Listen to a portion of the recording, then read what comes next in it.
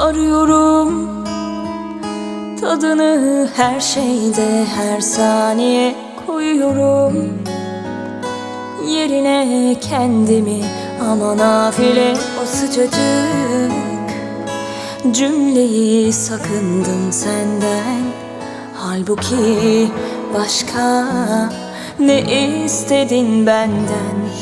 Arıyorum sesini her telefonda, koşuyorum kapıya her çaldığında. Biliyorum gururun el vermez zaten. Gurur bekleme, geçtim benden. Söylenmemiş unutulan sözler bizi pişman etmiş. Dönmüyor zaman geri, yarım kalmış masalın en güzel yeri. Dön artık, dön bana geri. Şimdi bilsen ne kadar özledim seni.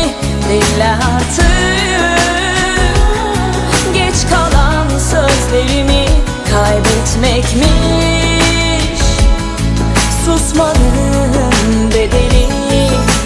Duy artık, seviyorum seni.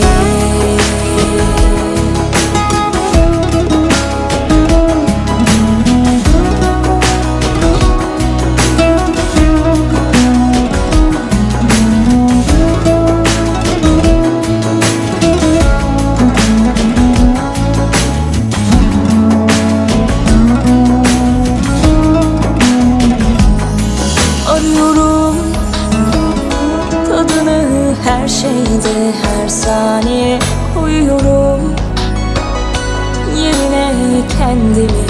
Ama nafile o sıcacık cümleyi sakındım senden. Halbuki başka ne istedin benden? Söylenmemiş unutulan sözler bizi pişman etmiş. Dönmüyor zaman geri, yarım kalmış